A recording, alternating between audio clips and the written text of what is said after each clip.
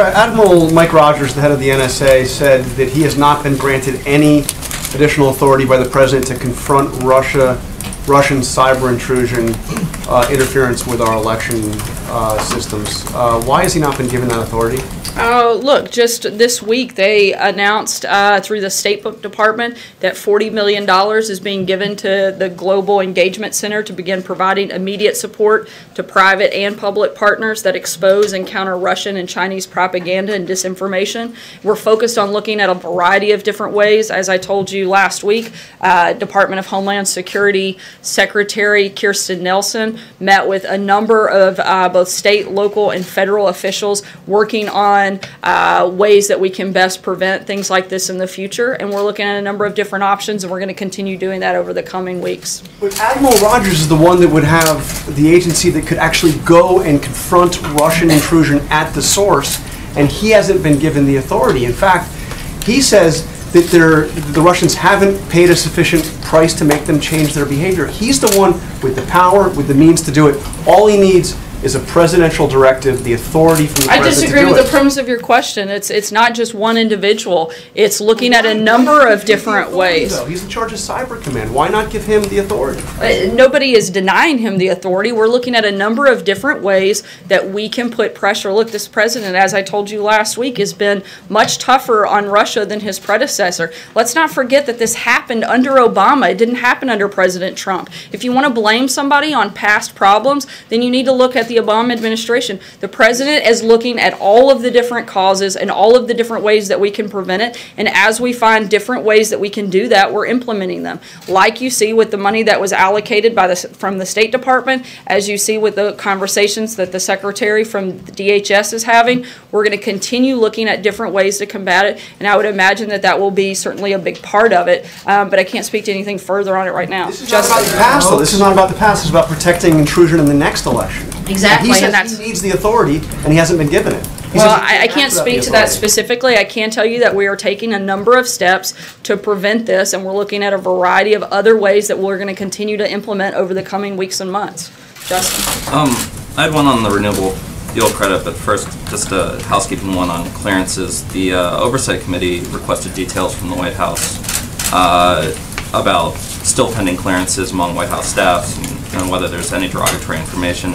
They set a deadline of tomorrow. The Senate Judiciary Committee sent a letter over today asking for some of the same information. I'm wondering if the White House is going to plans to comply with those requests, and if I know you've been hesitant to release some of that information, even in aggregate. I haven't been hesitant. I've been very clear that we don't discuss security clearances, and that's not changing today. It didn't change yesterday. It's not going to change tomorrow. So probably not going to change next week. I didn't say that. I said I'm not going to discuss security clearances with members of the press, and that hasn't been different at any point during this administration, and we have no intention of changing it right now. Well, are you going to comply with those? I'll let you know when we have a chance to review that and make a decision. John? But can I do the fuel standard question? Yeah, you guys put out a statement today saying that the president supports the renewable fuel credit, but also that he is supportive of energy producers. So it seems that the issue here is whether or not the president of the White House supports a cap to lower the cost of credit waivers.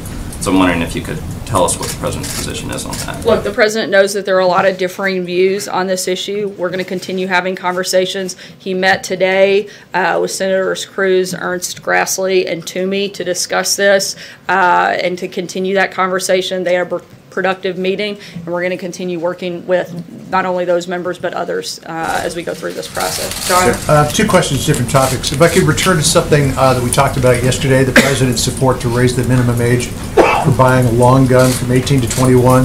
He expressed support for that idea in a tweet last Thursday. He talked about it with the students from Marjorie Stoneman Douglas.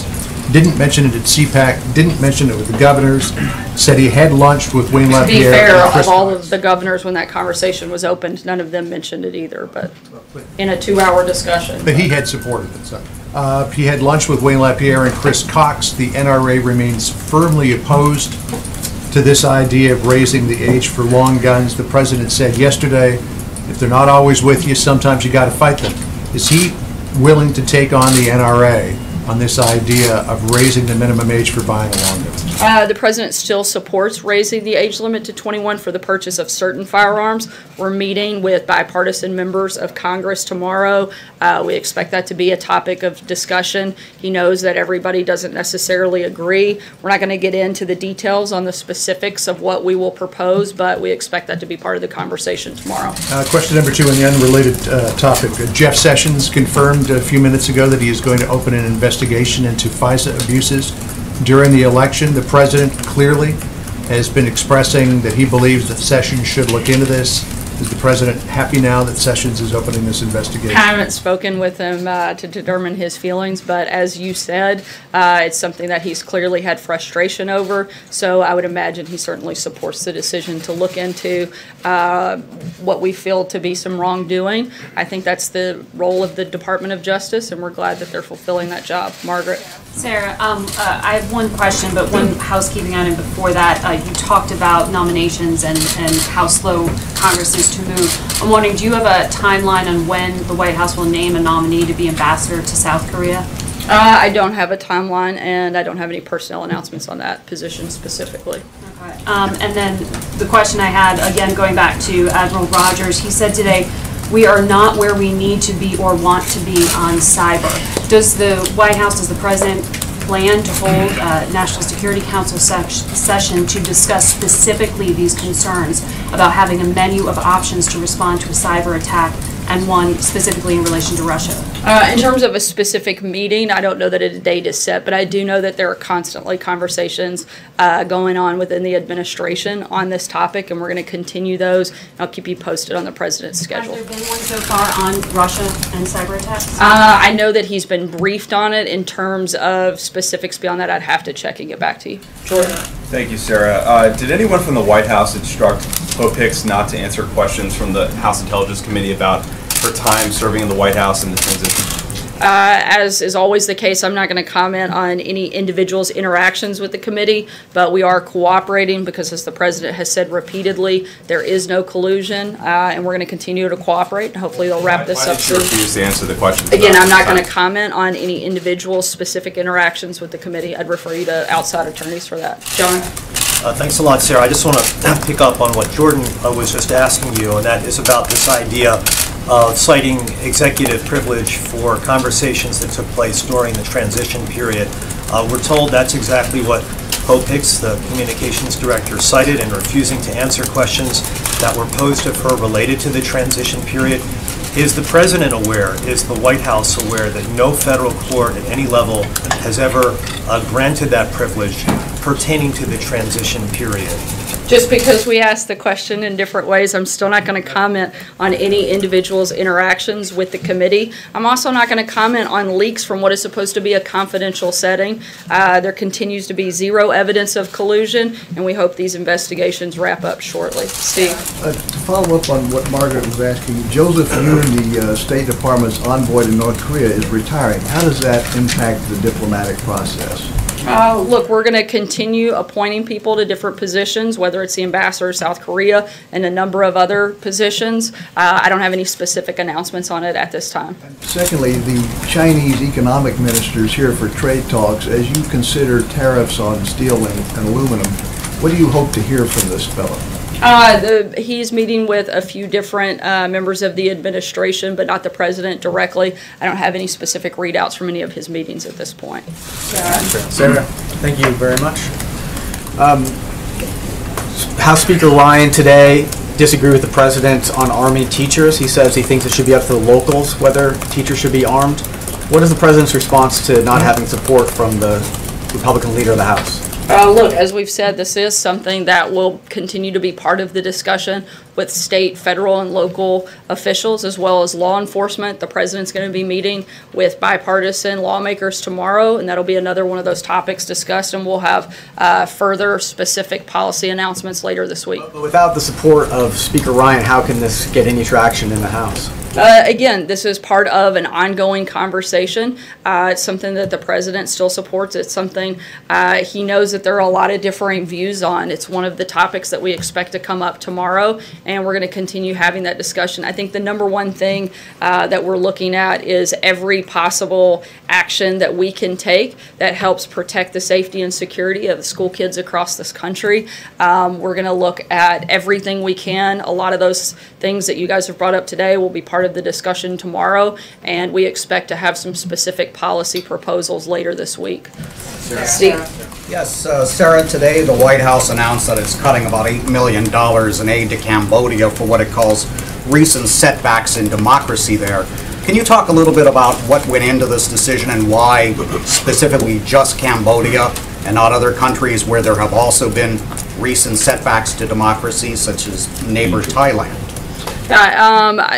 The elections that happened earlier this month failed to represent the genuine will of the Cambodian people. That gave us great cause for concern. These setbacks compelled the United States to review that assistance. Based on the review, the government will suspend or curtail several assistance programs intended to support the Cambodian government. I don't have anything further at this point. Anita.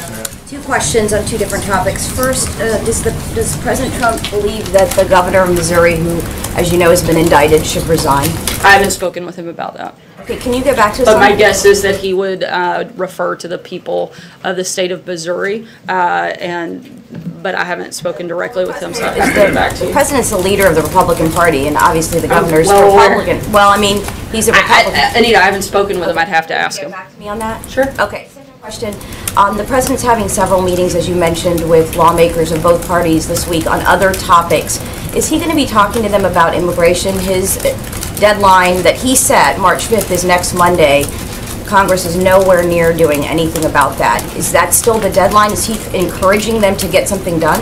Absolutely, he's encouraging them to get something done. That's why he laid out exactly what he expected to see in a proposal that would not only help solve the DACA problem, but also provide border security. The president went above and beyond what previous administrations have done and offered on that program. It's really sad that Democrats are not willing to come to the table, get something done, and actually fix problems and do their job. But the president is still hopeful, and we're going to continue pushing forward and hope we get something done. What's going to happen on Monday when the deadline comes? Again, we're still hopeful that something happens on this and that Congress will actually do its job.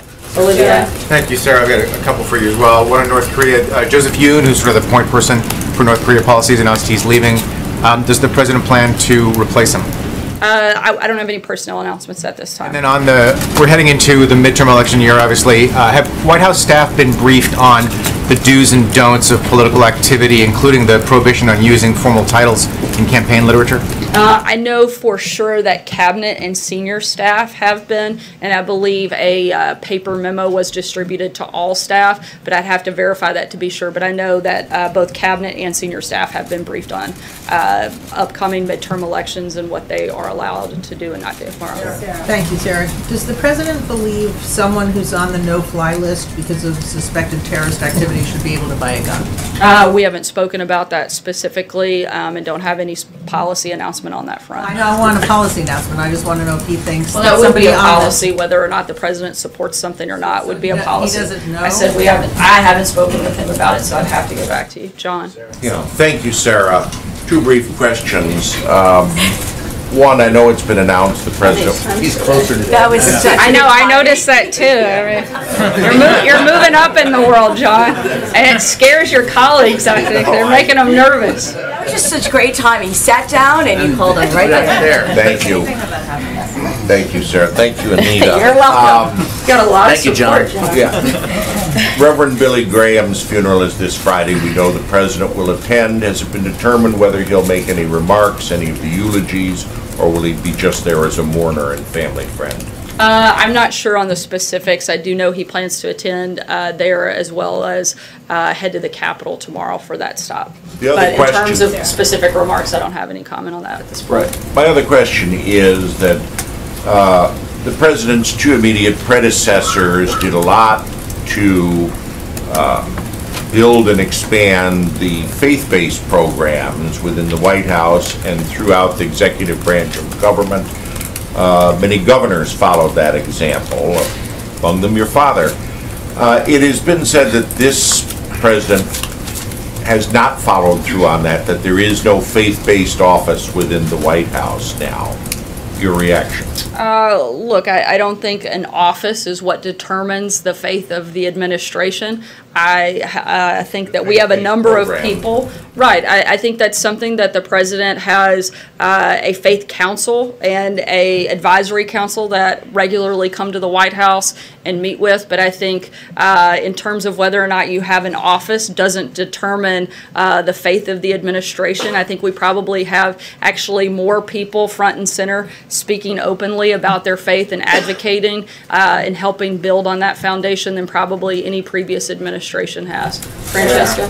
Thank you, Sarah. You've mentioned several times that you expect to have some policy announcements later this week. Just want to follow up on that and clarify. Are you saying that this week the White House will have a specific list that would be detailed or an outline of the specific policies that the president would like to see in legislation on gun control, gun violence prevention?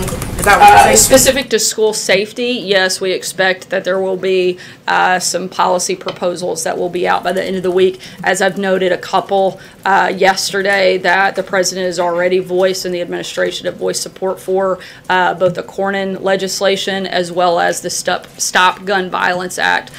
Both are pieces of legislation that the administration supports. Following up on that, though, you've also said that before the president can support some of those things, he'd like to see what's in the legislative text of those bills. We've talked about universal background checks in there before, but one of the two senators of this bipartisan bill who would be putting this forward says that they're not going to put that back forward until they're certain that they have the president's support for something like that. So conceptually, does the president support the idea of universal background checks, and would he be willing to support Senator Manchin and Senator Toomey's legislation on that? At this time, the president, the only two specific pieces of legislation that we are announcing support for are the two that I just mentioned. Anything further will come later this week. The president, as I've said, expects to meet with a number of lawmakers tomorrow from both sides of the aisle, and we'll have some more information about specifics after that. Blake? Thank you. I want to ask you what's happening in Georgia as it relates to Delta Airlines.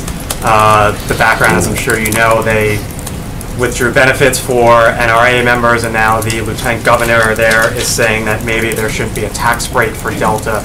The lieutenant governor said, quote, "Corporations cannot attack conservatives and expect us not to fight back." On the narrow front, does the White House believe that conservatives are under attack in the state of Georgia? And more broadly, does the president think it's a good idea for a state government to target a business for retribution for decisions that the business decides that it wants to make?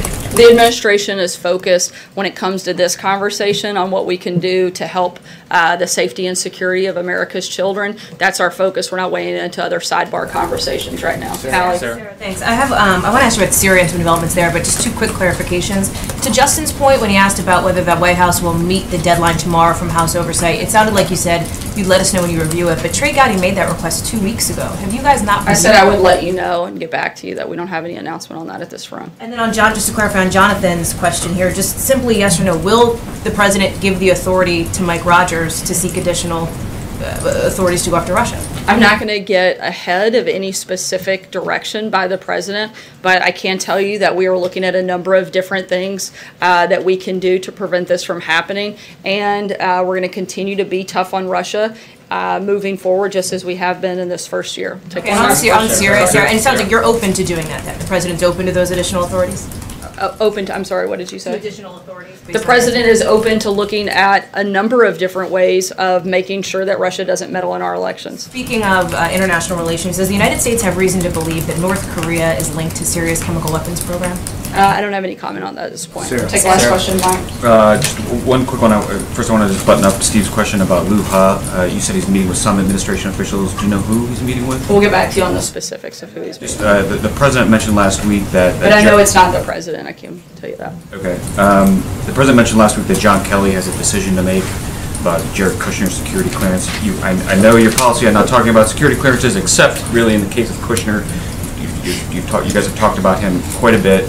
Has the chief of staff made a decision on John Kelly, and Can you say what it is? As I said earlier, we do not comment on individual security clearances. We actually haven't commented on Jared's, as you indicated, but we have commented on his ability to do his job, which he's a valued member of the team, and he will continue to do the important work that he's been doing since he started in the administration. Thanks so much, guys. Have a great afternoon. Thanks, sir.